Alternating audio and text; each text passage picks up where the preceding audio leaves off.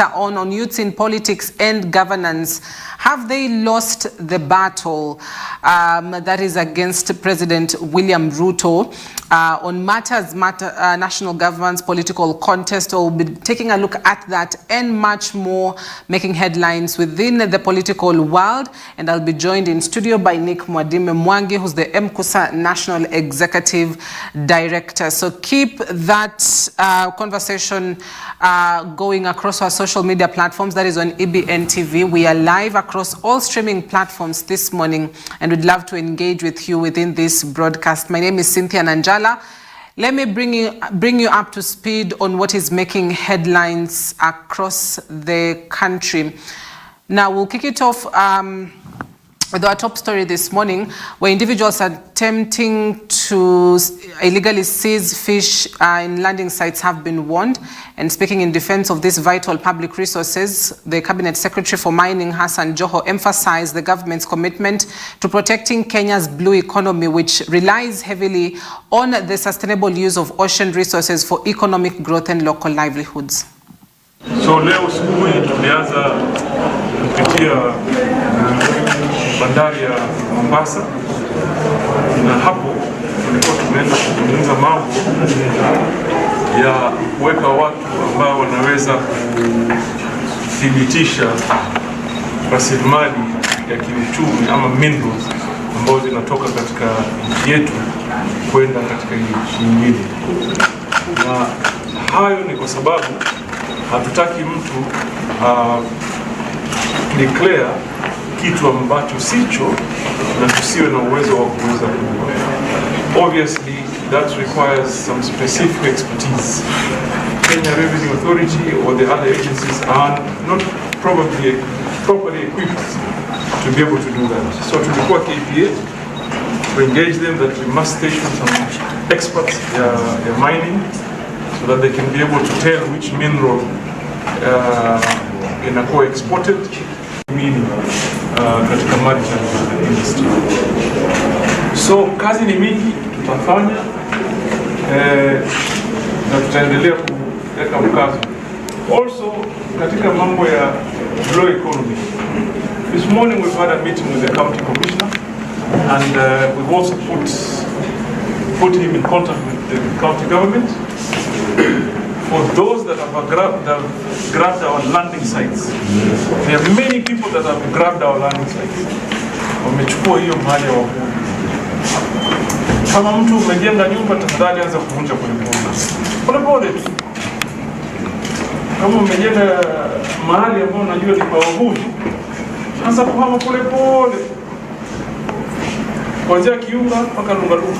Polepole tuanza kufanya, sababu wavuvi wetu mpaka wawe na mipango ya kueleweka, sustainable programs ya kuwafanya wasonge mbele. And katika uvuvi kitu muhimu zaidi ni mtu akikuja na boti yake awe na mahali pa kuegeza.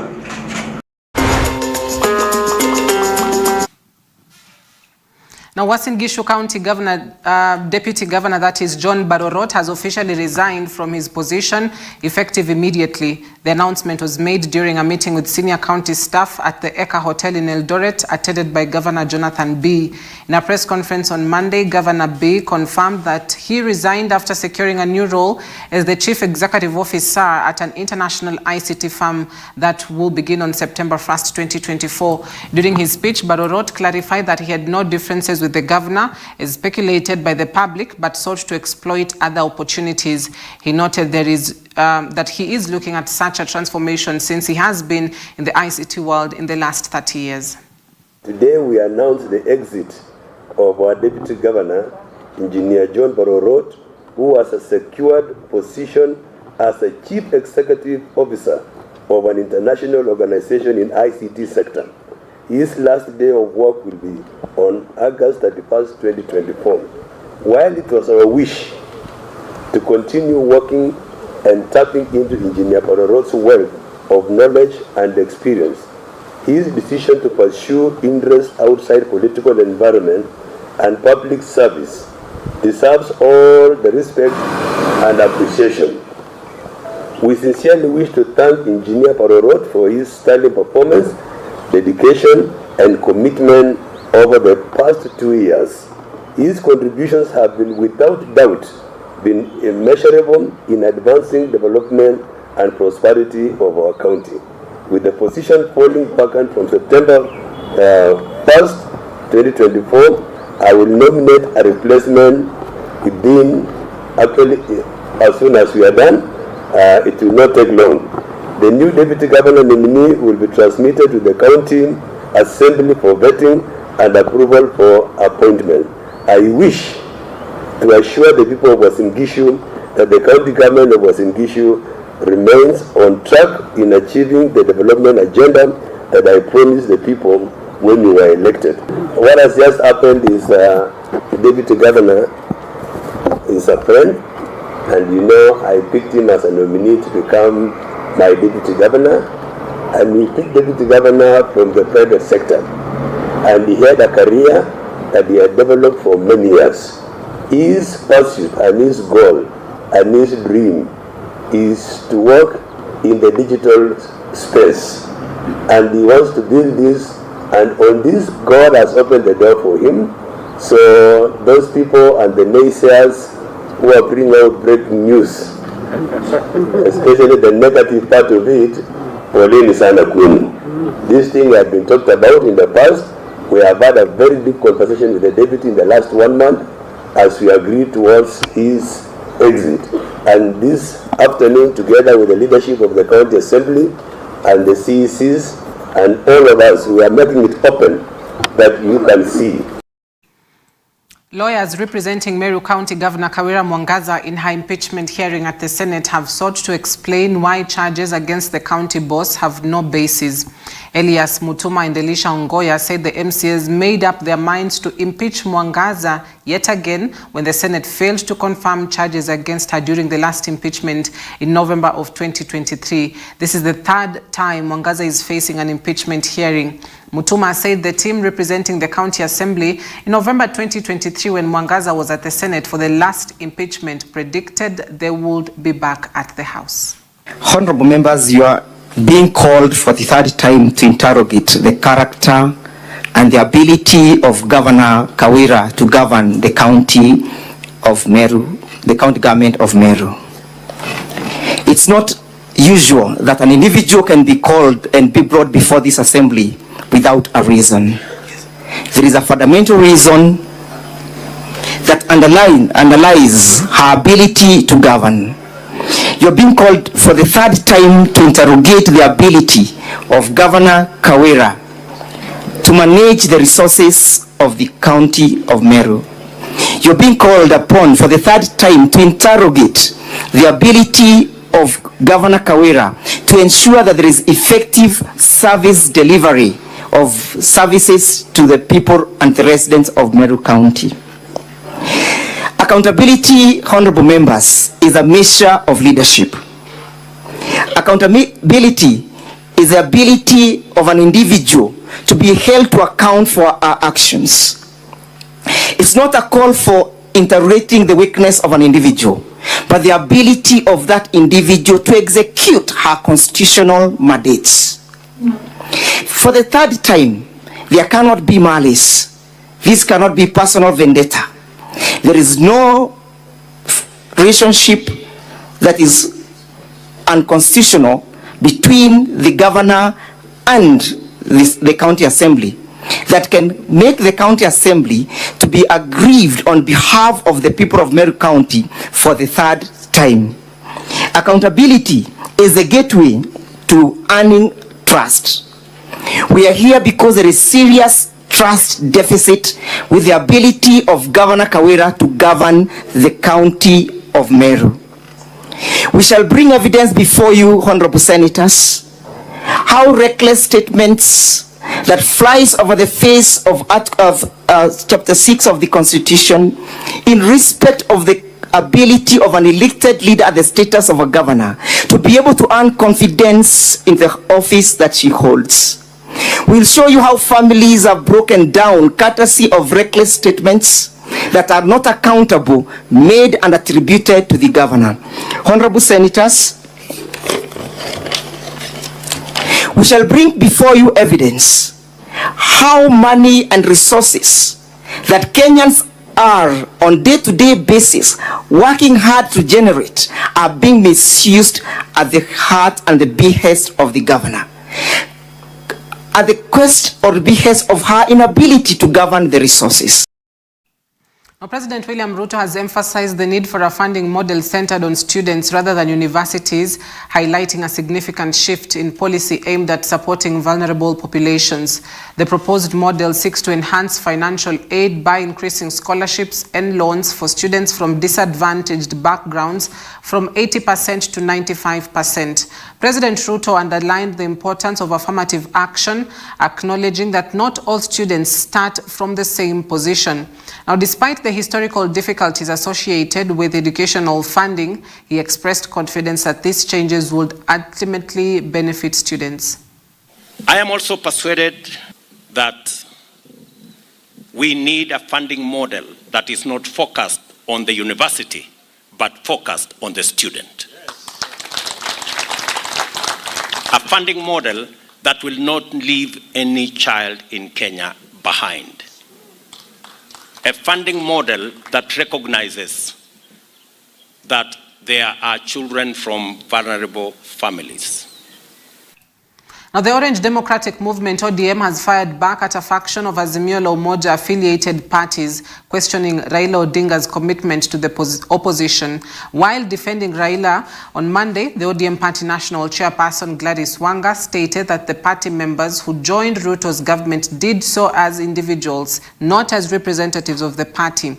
She noted that the president felt the individuals had the capacity to add value to his administration and help the country achieve its desired goals.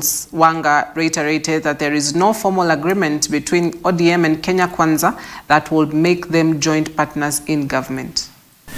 On the matter at hand, the questioning of ODM and the Right Honorable Raila Odinga's commitment to opposition, our partners are not acting in good faith. They're hiding behind the 4 gentlemen and 1 lady who joined government and using it to try and wrestle the leadership of the Houses of Parliament from ODM. We find that unacceptable, and we wish to reiterate the obvious. The House leadership is about numbers in the House and not those in government. As we speak, ODM has the highest numbers of MPs professing and committed to Azimio ideals and principles. Majority of the MPs from a number of other coalition parties long went to bed with the Kenya Kwanza in Parliament. This has to be about the sacrifices made. Thus far, ODM has borne the highest brunt in terms of casualties, people killed, maimed or wounded while expressing opposition to the Kenya Kwanza policies. Demonstrations have not begun this year or last year. ODM and protests are synonymous. We have borne that cross over decades and suffered heavy casualties all the time, never apportioning any blame. Our members have been forthright and honorable enough to declare that they are joining the government. The 5 have been honorable enough to relinquish their party positions instead of clinging to opposition leadership while serving in the government at the same time.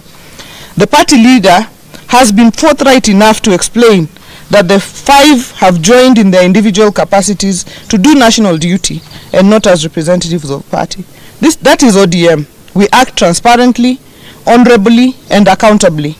Finally, as a party, we will not accept any continued attempt to use Raila Odinga as a human shield and any continued attempt to twist him into endorsing anybody at this stage, or any continued attempt to use him as an excuse for the failure of leadership in individual constituent parties of Azimio.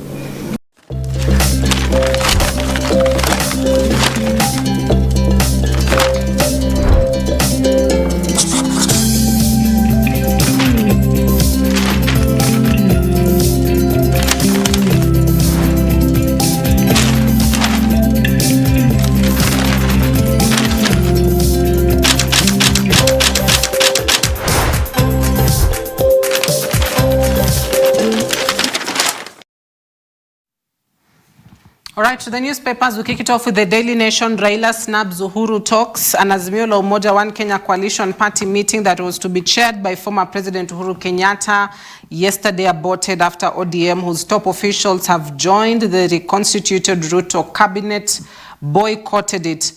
Now, the talks were scheduled to begin at 4 p.m., but instead, ODM members convened a press conference at 1 p.m., at which they strongly warned against any attempt to topple the Azimio leader. Now, ODM cautions those plotting coup, quote-unquote, against Odinga to prepare for the consequences. So the Azimio la Umoja One Kenya coalition seems to be, having tough wars within the coalition. Jubilee Party, the DAPK Party, ODM Party, Wiper Party, and just the scramble perhaps for the Azimio top principal, position within the coalition. And so that is a story that is on page 6 this morning that speaks of Raila snubs Uhuru meeting as the rift in Azimio widens. Now, DM denies knowledge of meeting, warns partners against attempt to replace Odinga. The Azimio Council Chairman Kenyatta was to lead a physical meeting in Nairobi, but since he was not available, he opted for a Zoom meeting. Representatives of major parties affiliated to Azimio, Wiper, Jubilee, DAPK, KANU and PNU were on hand for the meeting. Only Ms. Martha Karua's NAC Kenya, that has since initiated a process to exit from the coalition, and ODM had not confirmed participation. But hours to the Zoom meeting, Azimio affiliate parties were stunned to get wind of the hard-hitting news conference in which ODM officials led by Chairperson Gladys Wanga said they were not aware of the Azimio meeting, and they warned against any attempts to oust Odinga from the coalition's leadership. The ODM party insists that only the Azimio Council's SG, Junet Mohammed, had the powers to convene the meeting. So that is something, of course, is all about politics, and just perhaps the question on is there opposition in the country, and who exactly is the opposition in the country? And we've seen ODM leaders say, those that left to join the government joined as individuals and not representatives of the party. So interesting that. Also, university for the rich, ? Students slapped with hefty fees, as many students are complaining that HELB and universities fund have wrongly categorized them, thereby putting higher education out of their reach. They join other stakeholders who are calling for a review of the new funding model. Now, the new funding model has basically categorized students from Band 1 to Band 5, and each depends on just how vulnerable your family is. We've got the most vulnerable, the least vulnerable, the vulnerable, just depending on what band you fall in, will depend whether or not you get full scholarship from the government or partial scholarship or loan as well from, institutions that are required to loan school fees. So it is quite a complex conversation that continues to rock the minds of many, especially in the country. And my guest in the studio will also weigh in a bit about that. Now, to the Star newspaper, Kalonzo 2027 poll plan, big plot to revive Gema. Kalonzo 2027 plan, the big plot to revive Gema, that is the Gikuyu Embu Meru community, and he's advocating for inclusion of Kamba in the populous Gikuyu Embu Meru block. That is a story that is on page 4. Will he succeed? Especially a man that will be judged based on his voting pattern and as well as political sides that he's chosen in the past. So why Wiper's Kalonzo is keen to revive Gema? Now, Gema is made up of the Gikuyu, Meru, Embu communities. However, Kalonzo is now advocating for the inclusion of Kamba into the populous bloc, insisting the letter A historically represented the Akamba community. Now, in recent weeks, the Wiper boss has embarked on a strategic campaign for the rebirth of Gema, a political wave he is plotting to ride on to unseat President William Ruto.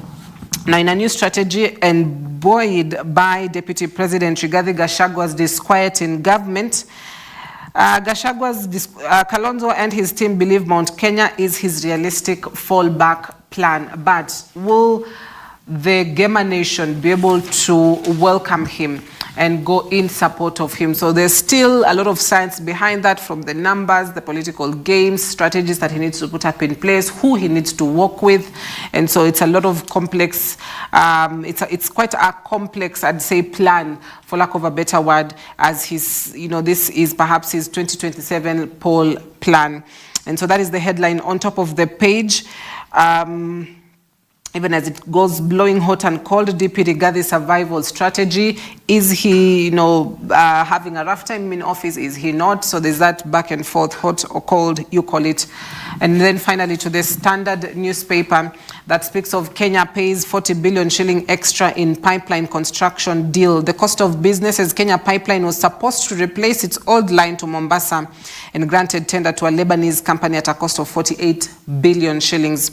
The amount to be raised by 6 banks. However, documents indicate 2 other banks stand to gain more than 40 billion in an opaque process. Now, this project was intended to replace the aging line that was built in 1978 and enhance the capacity to transport petroleum from the Mombasa port to Nairobi. 6 local and foreign banks that pumped in 72%, that's about $350 million US. Of the $484 million needed, the project owner, the Kenya Pipeline, was to contribute the remaining 28%.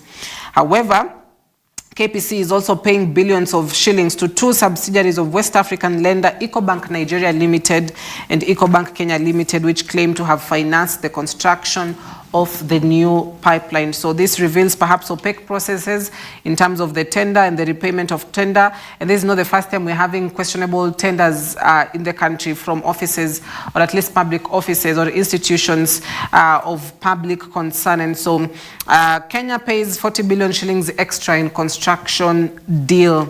Also, end of Azimio, NIA, is partners fighting it out, perhaps similar to what the nation has placed this morning. Azimio coalition could be on its deathbed after a council meeting was skipped, with ODM reading from a different script from the rest of Alliance. Will it survive the test of time? Well, many analysts will tell you it will not. So that is your headline on top of the Standard newspaper this morning.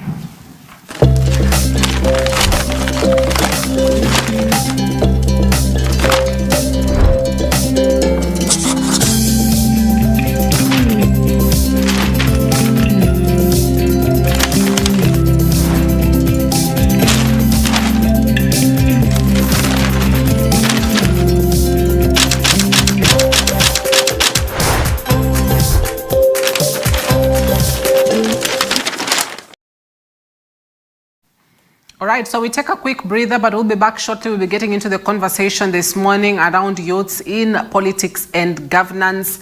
I know we keep on talking about their space, but it's best to also hear from the youths themselves on where they think this country is headed to in terms of the political landscape. And the questions arising about what strategy they will use, if at all there are plans to unseat the current President William Ruto, and perhaps put a man or a woman they would like, who they believe will be at the center of pushing for transformation, development, as well as their interest in Kenya's political or governance landscape. So that conversation returns in a bit. I'll be joined shortly by Nick Modime Mwangi, the Mkusa National Executive Director. Stay with us. Morning Live returns in just a bit. Nick, for your time this morning. Karibu sana. Good morning, Cynthia. Good to have you. Good to be back. I hear Musalia Mudavadi saying we need to come out of the social media. Yeah. Musalia Mudavadi says, you need to be part of the process. But let's listen to just something he said last week, as he, because as the CS for Foreign Affairs as well as the Prime Cabinet Secretary, hosted some foreign dignitaries, and he said something interesting about the youths and just the structures that need to be put up in place to be able to accommodate this particular group who have put them on their toes for the past, I'd say, 4 or 5 weeks. So let's listen into Musalia Mudavadi's statements. In the last few weeks, we have seen a resurgence of the youth energy. They want more involvement. They want to speak more. They want to be able to be participants in the governance of their country. So we need to give them special attention because they constitute 70% of our population that is across the African continent. That we also have to communicate a lot of things because one of the things we discovered is that all right, so Musalia Mudavadi says the youths make up 70% of Kenya's population. They are very much interested in governance issues now. That is contrary to perhaps 10 years ago the statement that you would have made. And he says, you know, there need to be structures in place in which they'll be able to, you know, be part of the system. So Nick, I'll start with you. How do they be part of the system? How do these youths now become part of the system, especially a system that, if you look at those that are in office right now, seems to be of a different age, of a different era. So how do they be part of the system and the structures in terms of governance in the country? I think my first question will be on this session, how do we not be part of the system? Because the moment you are declared a youth, you are in between 18 and 35. Has the government set its structures to accommodate us in the first place? Musalia is on record, he became a finance minister at the age of 29 years old. How did he get there? Should we have godfathers, as he did have a godfather? Yeah. Should we should our pockets be heavy? Should we enlighten or build the campus institution where leadership is grown? Should we get the young people into government? Should we get young people into parastatals? So there are so many elements where the youth can be involved, not just in government, but in the business sector, in the politics sector, in any form of social sector. And it is true that what Musalia Mudavadi is alluding, that we make 70% of our population. And the challenge has been, we young people, we have not seen yet results of any government into play. Yeah. Because why the young people have not been coming out to vote, for example, it's because we have been expecting tangible results. And up to 2022, where the voter turnout of the young people dropped down from 90% to 65%. And this now became something that we needed to converse. And then fast forward to 2024, on the 25th of June 2024, you have the young people now coming out and saying, enough is enough. Was this an accumulation of not just this government, but previous regimes and the decisions and policies that had been made? Was this the tipping point? To some extent, yes. But when it is a very scary place to be, living with somebody or people who don't have anything to lose. These are young people who don't have employment, they don't have salary. Number two, they're not in school because some of them cannot afford to go back to campuses and colleges because of the expensive or ridiculous new funding model. Number three, they cannot afford to pay for any health coverage, either NHIF, either Jubilee Insurance. Number four, they are simply in their homes. So anger was piling up in their heads, slowly by slowly. And you know, largely, human beings are very emotional, and it is what drives them. So for the first time, I think we young people reached the epitome of anger. Mm. And that is why you saw millions on millions of Kenyans coming out to propagate their rights, Cynthia. Yeah. And 2027 is going to be different. And I assure you, in 2027, for the first time in history, we will have so many young people, either in parliament, Senate, county assemblies, and even the government. Because now we young people have realized that politics is at the center of every conversation, be it economical, be it social, be it environmental. Yeah. So we have to be involved. And we are lucky enough that the conversation has started at the city level. Now, my only worry when I talk to the people of Roysambu, I tell them the conversation has yet to reach Mashinani. Because I told you here before, Cynthia, the largest airspace was up to 100,000. If you do just a simple math of the voter registration by the IBC as per 2022, that is 20 million, you get yourself at 0.5%. Which is basically nothing. Exactly. So we need to increase the number. If you are at 0.5% of the young people, how do we get to 10%? So that we are at the center of the conversation. If, according to IBC, we are the largest number of population, voting bloc, right? Yeah. How are we at 0.5%? We should be at 40, 30 or 20 to make sure that we are making the conversation. So it is largely also on our part also, because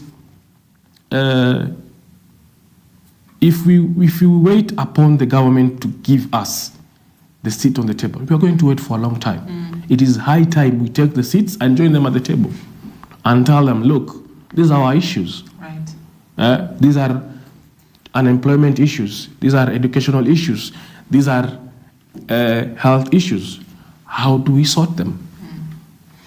All right, and we'll come to something a statement that you said about, the youths need to join who are already there at the table. And we'll talk about perhaps it is time the conversation now shifts to either a political party or a movement, and whether that can, serve the interests of the youths better.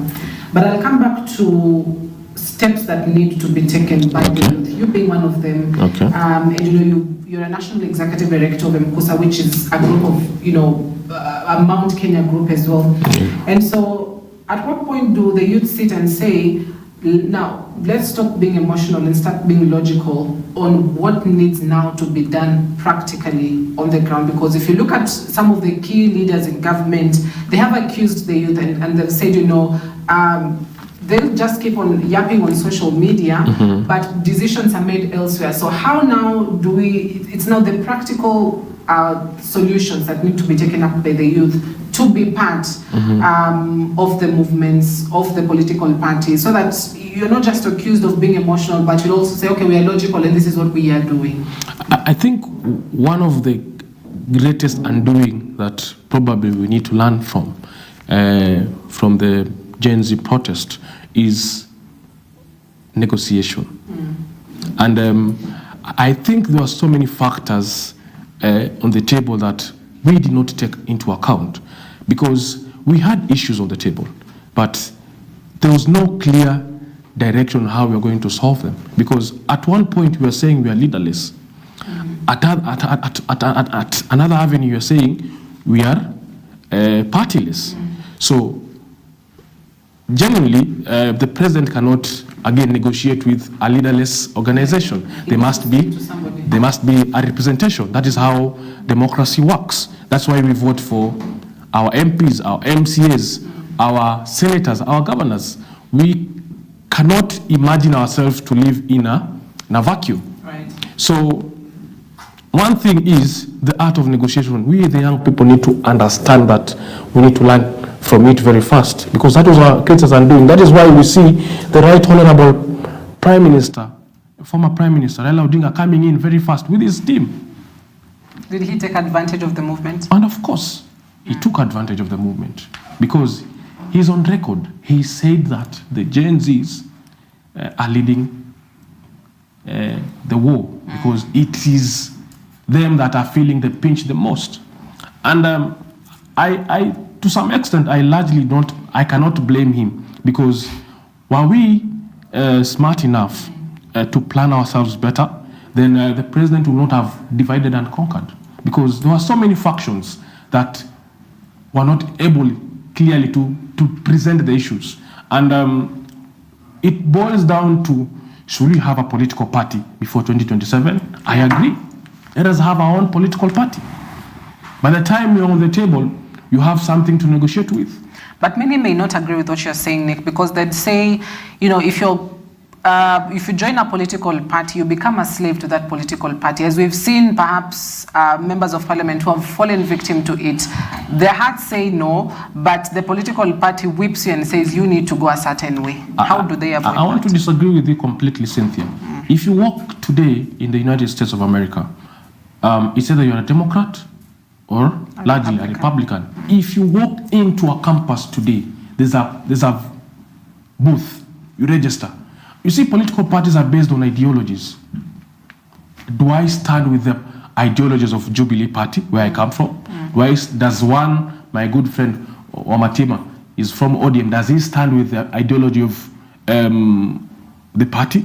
Does the constitution of the party agree with whatever I want? It is something that we young people have to sit down and agree and also take part in, because to some extent we are saying we are slavery. Slavery to what? Is it the ideology? Is it interest? Or is it the constitution of the party? So largely we need to create parties based on ideologies. Today we have the Vice President Kamala Harris leading by 4% as a Democrat candidate, because people strongly believe on the Democrat ideology and Republicans believe on their own ideology. That is why they affronted Donald Trump. So we as a country, we need to shift ourselves from petty politics to ideology-based kind of politics. For example, what does UDA stand for? What does ANC stand for? Why are we voting in a government of Kenya Kwanza or a government of Azimio? Is it because of the faces? Is it because of the charisma of certain leaders? Or is it because of ideologies? That is where we're getting it wrong. So our voting in should be based not on our liking of the people, but based on ideologies. Right. Yes. And so if the youths in their own right mind and time decide to have a political party, does it give them bargaining power such that even those that have been there, the old guards that call them in the political space, will be able to say, okay, now these people have a political party. That means they're likely to front candidates for various positions in office, which is likely to oust us from office. Does it give the youths a bargaining power having a political party? I will now move from the world politics and come to Africa. A small, not rather small country, but a country down the edge of our region, Africa, called South Africa.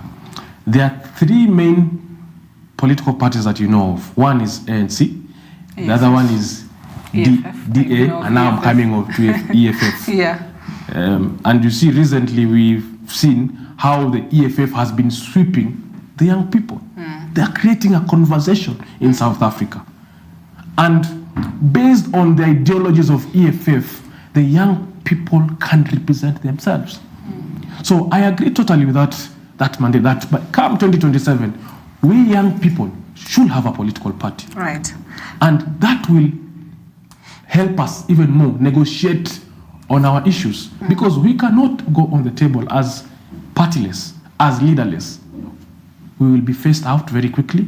We'll be doomed before we arrive to where we want to go. Right. And I think if that is the route to go, then the biggest question now remains on who will lead this particular group, because everyone has an idea in mind of who they want, as a leader of a political party. And especially within this period, if I told, at least from my point of view and what I've noticed, is that everyone would have a specific kind of person they want to get into this particular position. So if at all political party is the way to go, a political movement is the way to go, what kind of leader should be in position so that he can or she can be able to voice ideologies of the youth, at the same time is able to voice it to those in positions of power? We are not short of leaders, Cynthia, at all. But where I come from, Mount Kenya Colleges and Student Association, we have always fronted out our national chairman, Honorable Faris Jane. We are ready for him to lead us. But what kind of leader? What qualities are you looking for exactly? Because, and I'll clearly tell you this, Cynthia, a leader is a leader, right? Regardless of their challenges. And we're looking for a leader who, one, he's willing to risk to talk on our behalf.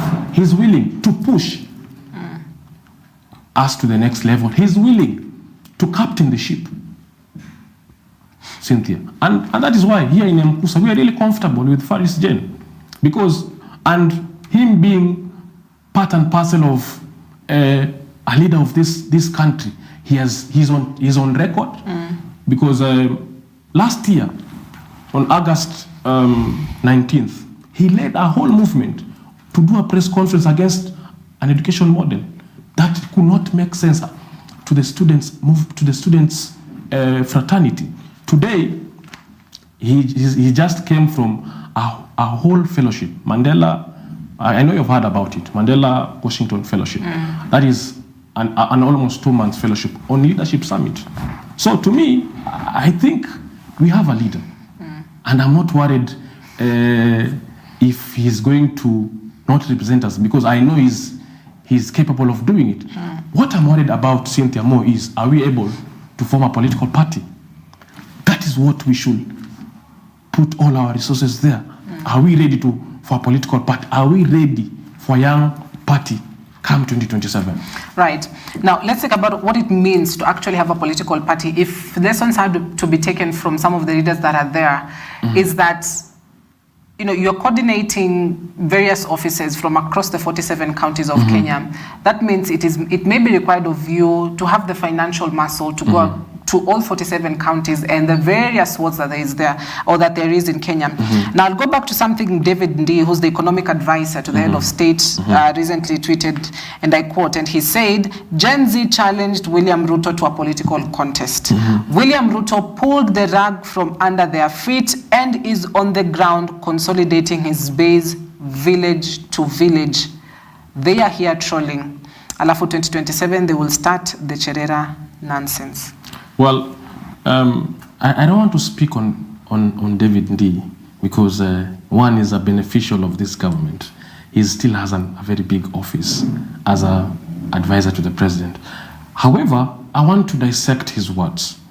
And what he's actually saying, come 2027, if we don't plan ourselves very well, we're going to have a repeat overcourse. We're still going to have another movement in 2028 saying Ruto must go. So he's telling people, plan yourselves. He's telling us to plan ourselves. Form a political party. Move from base to base. Bring people together. And this is the wrong notion that we have, that we must have a lot of resources to move. I will tell you, there's this lady called Hanifa. He raised online up to 30 million Kenyan shillings to pay bills for young people, to pay hospital bills, to pay fare for people who are stranded, right? Where did he get that 30 million? From us. So if Kenyans are ready and willing, we can move from county to county if we have a political vehicle. And that is very much possible, Cynthia, I tell you. Because, assumingly, we are not 20 million, Kenya, assumingly we are 10 million voters, right? And luckily we have had devolution. And you have seen that the Gen Z movement did not happen in Nairobi, right? It happened in Mombasa, it happened in Kisumu, it happened in Eldoret, it happened in Voi Town. So the young people are saying, we are ready. Yes. Money is not an issue. Yes. Money is not an issue. Yeah. Okay, got that clearly. But now the consistency to just keep the voices going, to keep the accountability going, it's still a long way to 2027 because it's 2024. So you've got roughly about, I'd put it at 3 years to the next election, if at all it will be on August, you know. You've got 3 years. How do you keep the consistency going so that you don't burn out, or at least there's no risk of burning out by 2027, because it's still a long way to go. The landscape will keep on shifting. There are various political earthquakes that may occur in between the way. So how do you keep this consistency going? Well, in Mkusa, we have a plan for the young people. And recently, we already did a women conference. On the 14th of September, we are doing a men's conference. That is part of keeping the conversation going. And I agree with you. If you are not careful enough, because this is not a sprint, this is a marathon. It is pace by pace. And if you are not careful again, by 2027, some of the young people, if they are not careful, will be very tired, will not have enough energy to push on, will not have enough strength. But I assure you, with a great plan, with a great team, we can move forward. And we, as Mount Kenya Colleges and University Student Association, we are already taking a front lead. Right. We have had a women conversation. We are going to do a men conversation. We're going to do a joint conversation. And surprisingly, we have invited all leaders in the men's conference. And His Excellency Stephen Kalonzo will be the chief guest of the men's conference. We want to involve him as a senior leader, telling him that we young people are ready to learn from your success and your failures. Because that is how we keep the conversation going. Can we create a plan for ourselves as young people?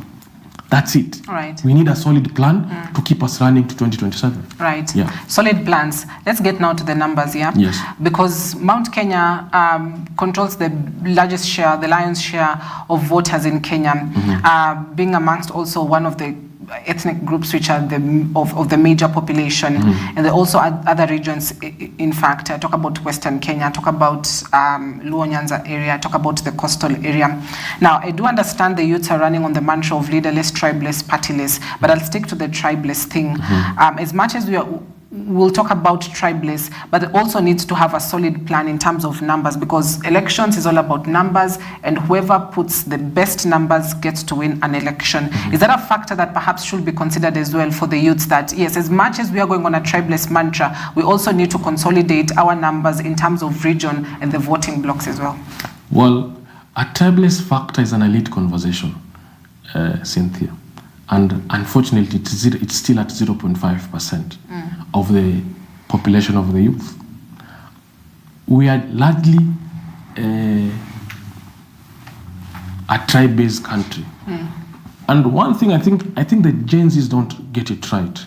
Despite us calling ourselves tribeless, it does not mean that we negate the issue of diversity.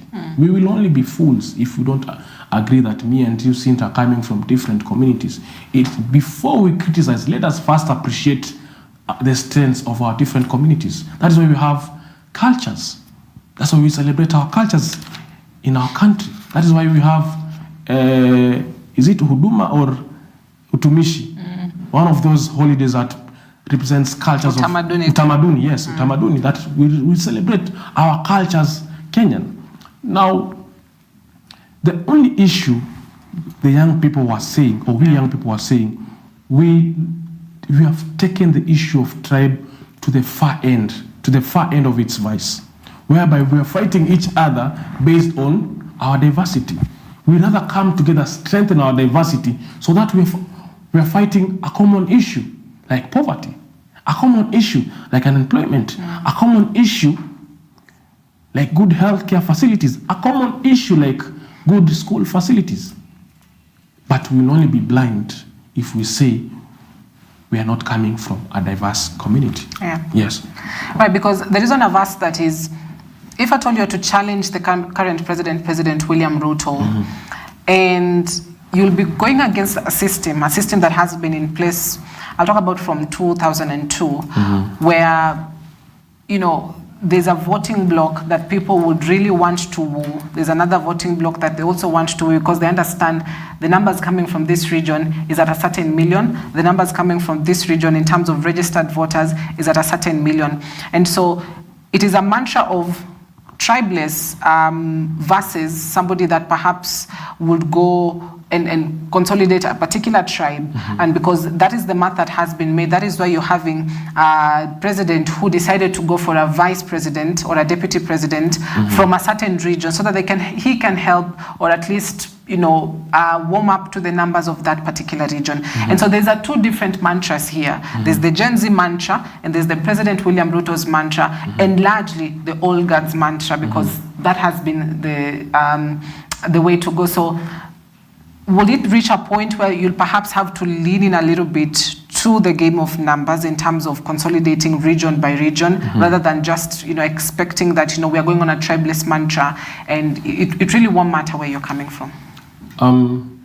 One thing we have to acknowledge, me and you, Cynthia, is time is changing slowly by slowly.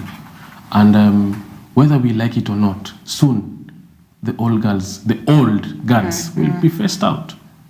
And it's just a matter of time we now become the old guards, me and you, Cynthia. And if we were to pick the mantra of tribeless as a generation, can we sustain that conversation? Right now, I will not be so fast in dismissing the whole issue of tribe because I say it's our diversity that brings us together, makes us unique, right? And it is only, largely enough, it is only when it comes during an election period that we remember Nick is coming from Mount Kenya, Cynthia is coming from Western region. It is largely during election period. But in terms of doing business, we do business day to day. In terms of going to school, we have different people. So, and largely enough, I said it from beginning of this conversation, that it is for a fact that people are still voting based on where they come from. And unfortunately, that is what the president still, according to his intelligence, is still prior to that information. We may not succeed, ideally, getting the whole regions to have a movement called a tribeless. However, let us be smart enough to fight a war that leads us to negotiation. Right. Cynthia. Because ideally, systems are not built with one day. You've said it here. From 2002 to 2020, that's 20 years. You cannot change a system just by one day. So if we were to change the system, we need to be into the system so that we change it drastically. If we were to change the whole idea of voting, then we need the young people to go into the system and shift and change the conversation progressively. Right. Through our ministries, through our ideologies, through our thinking, education, awareness. With time, the whole idea of voting per tribe will end. We'll now be voting based on issues, ideologies, as other civilized countries. Right. Now, I'd love to digress a little bit, allow me to, and then we'll come back and also pick on the university funding model, especially being the exec director of the Mount Kenya Colleges University Students Association, and we'll try to understand what is wrong with the old formula and why it is being phased out. But being told is we've got breaking news right now where at least 8 people have been killed in a road crash involving Coast Bus and other vehicles at Migaa Black Spot on the Nakuru Eldoret Highway. And that is the breaking news that I'm being informed has just happened right now. At least 8 people killed in a road crash involving Coast Bus and other vehicles at Migaa Black Spot on the Nakuru Eldoret Highway. The Kenya Red Cross officials say more bodies still trapped in the wreckages. Now, the death toll in that particular horrific car accident, Migaa area, which is near Salga, is likely to also rise because there are more numbers that keep coming in. So it's something that is changing as we continue.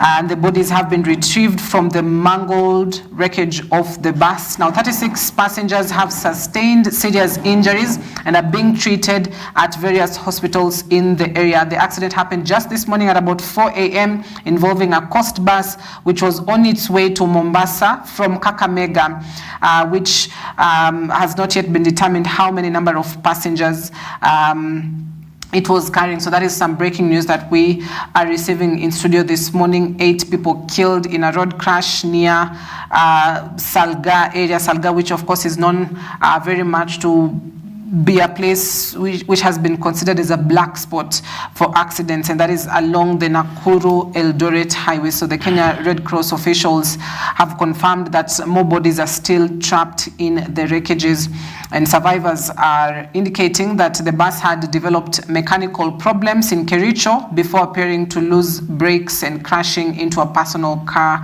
at Miga. So we are keeping tabs with that particular story, and we'll be able to give you the details as and when it develops. And of course, we do condole with the families of those that will receive that particular news of losing their loved ones. For those that are injured, we wish them quick recovery, and we hope that they can get the best of the best care in our hospitals.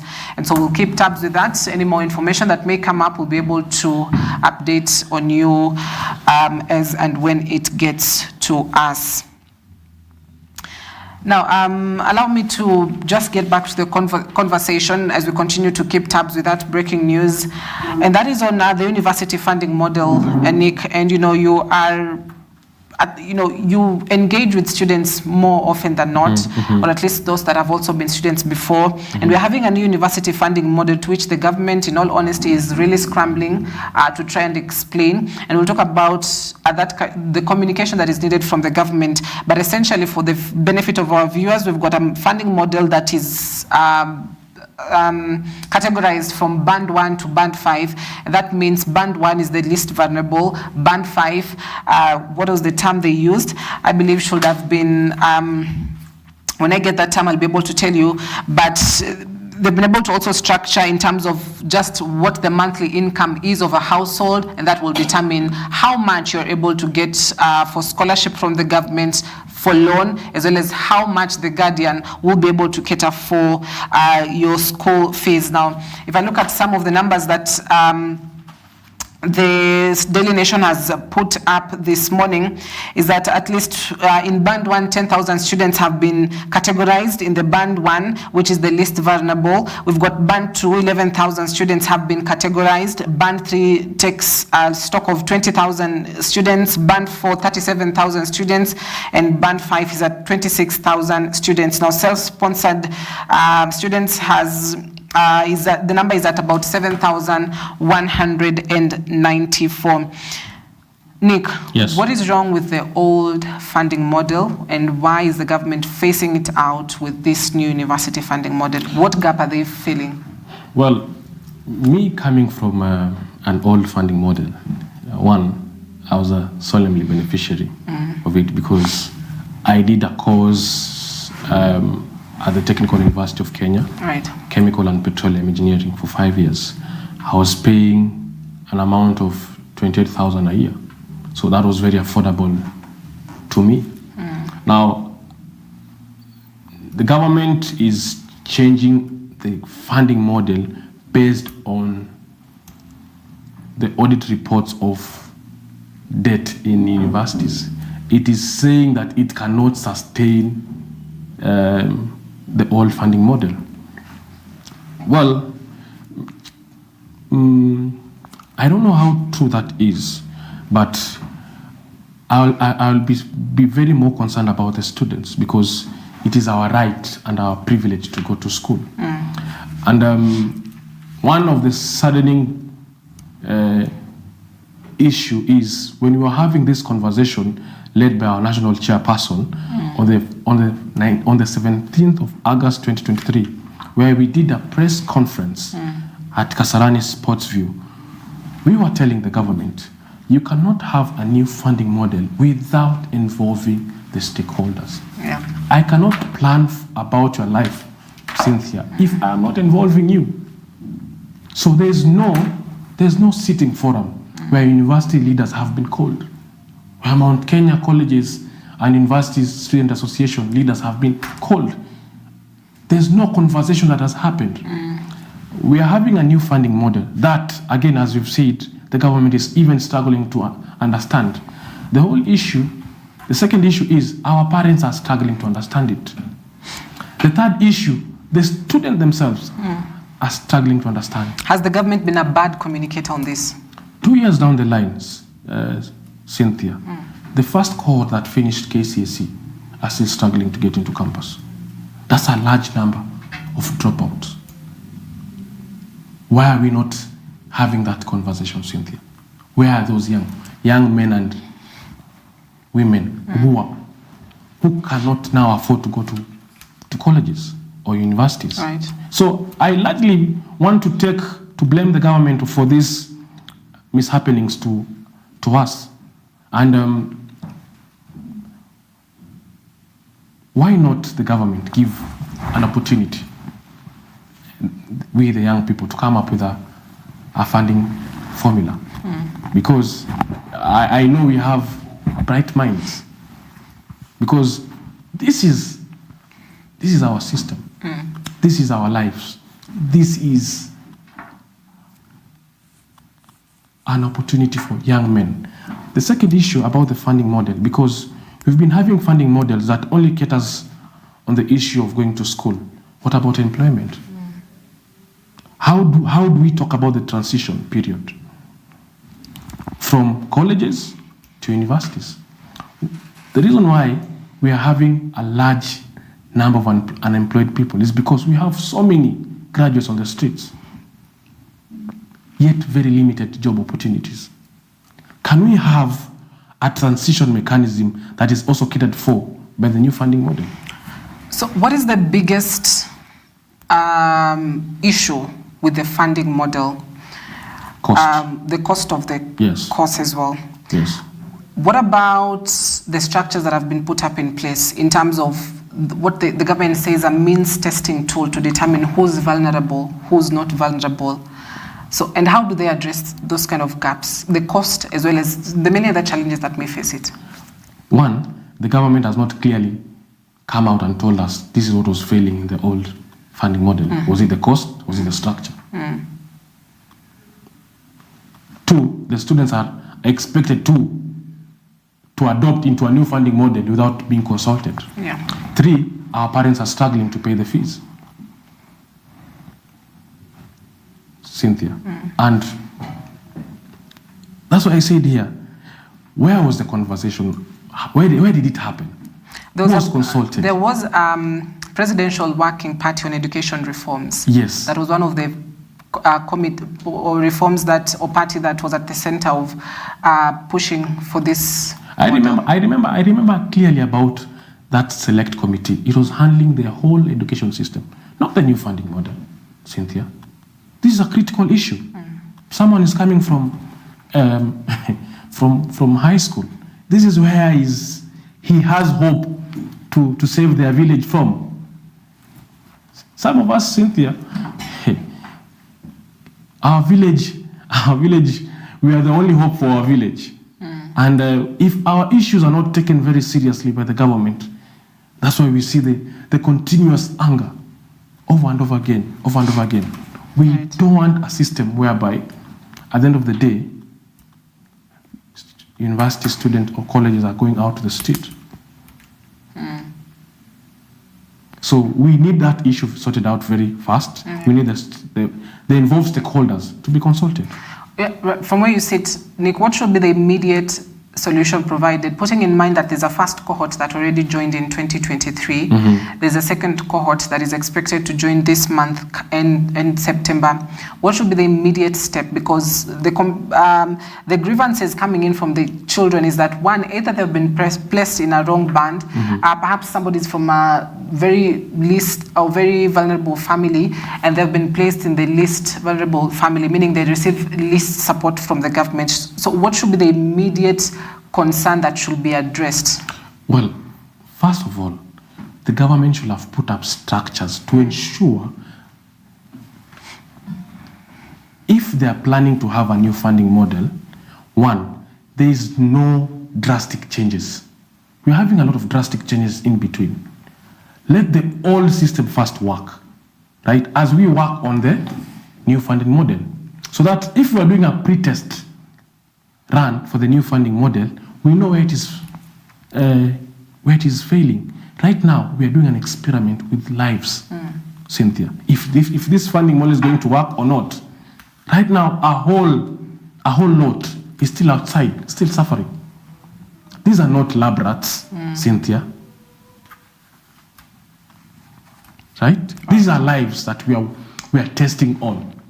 So the government should work on their structures internally.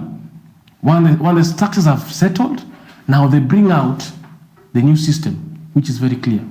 Yes, because these drastic changes is what is costing us as a country. We're having not just education. Look at the NHIF. It is still complicated. The new NHIF is called SHIF. It is still, parents don't understand it. People are dying in hospitals. Some hospitals are not accepting the new model.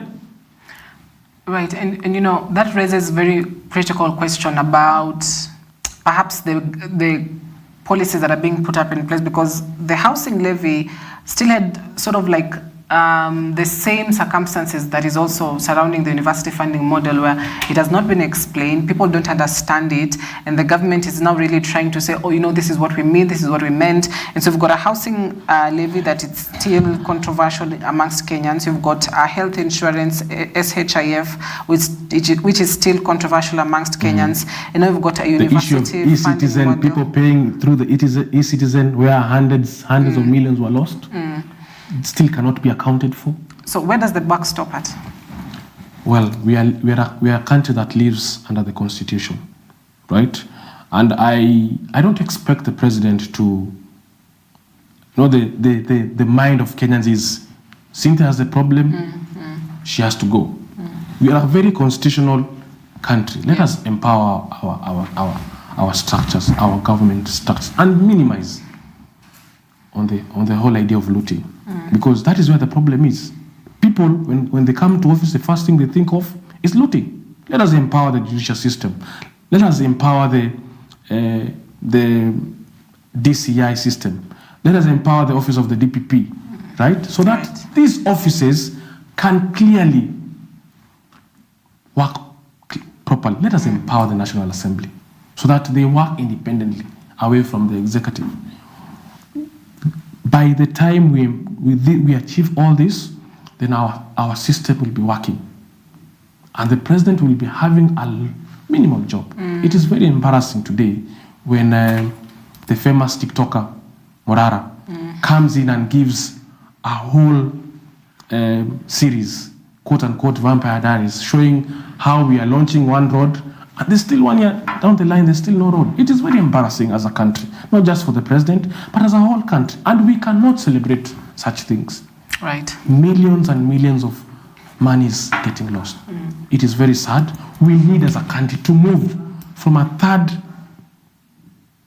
third region-based country to maybe second, even try to be first. We need to shape our country. Right. We need to be proud of our infrastructures. That is what I will advise this government. Right. Yeah.